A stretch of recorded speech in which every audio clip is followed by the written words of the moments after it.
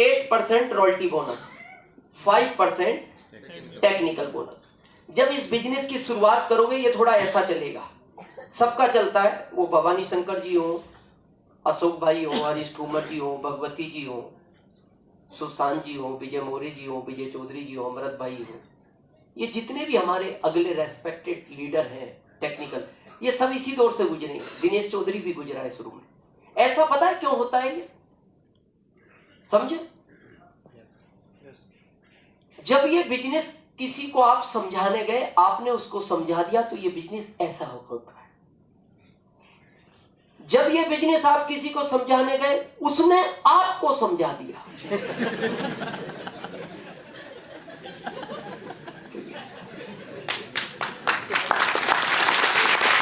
और आपको क्या लगता है ये समझाने वाले नहीं है? बात बहुत है।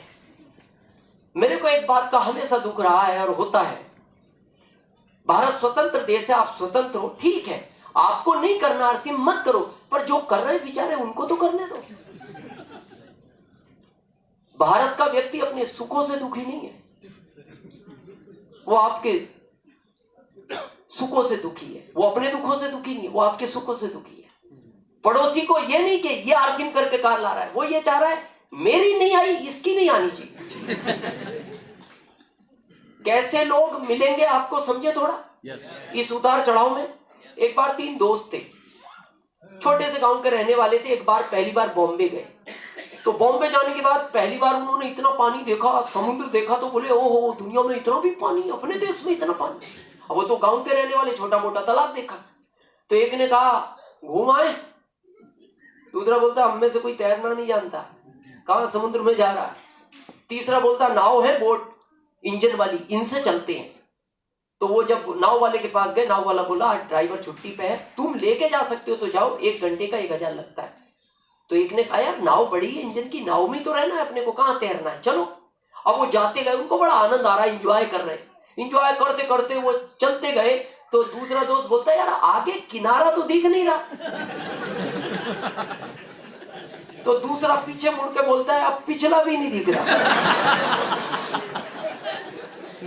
तो तीसरा बोलता है फिर कहां जाओगे, नाव मोड़ो, मारोगे। अब वो नाव जैसे ही मोड़ने लगे तो समुद्र में लहरें आती है बड़ी बड़ी। अचानक एक बड़ी लहर आई और नाव से टकरा दी। नाव से टकराती नाव पलट गई। अब नाव डूबने लगी, वो भी डूबने लगे। तो हमारे भारत में कहावत है मरता क्या नहीं करता। तो वो जैसे तैसा हाथ पैर मारने लगे, मारते मारते समुद्र के बीच में एक टापू था, उस पर चढ़ गए। तो जान तो बच गई, पर वो घबराए हुए थे, क्योंकि दूर तक आदमी दिखाई ना दे, आवाज दे, सुनने वाला नहीं। तो ऐसे में आदमी किसको याद करता है? भगवान को। उन्होंने याद किया, भगवान प्रकट हो गए। भगवान ने कहा बेटा वैसे कलयुग में मैं आता नहीं, पर मैं इसलिए आया हूं, तुम्हारी मेहनत से बहुत खुश हूं।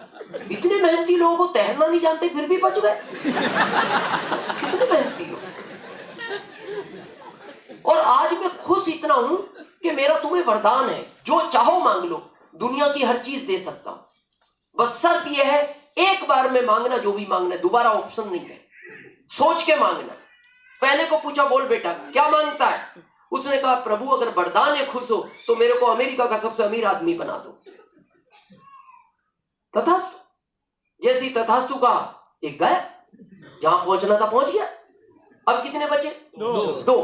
दूसरे को पूछा बोल बेटा तू क्या मांगता है, बोले प्रभु उसको अमेरिका का बनाया, मेरे को भारत का बना दो। तथास्तु। दूसरा भी गायब हो गया। अब कितने बचे? 1। उसको पूछा बोल बेटा तू क्या मांगता है, बोले प्रभु अभी अभी जो 2 यहां से गए हैं इनको वापस यहीं ला दो।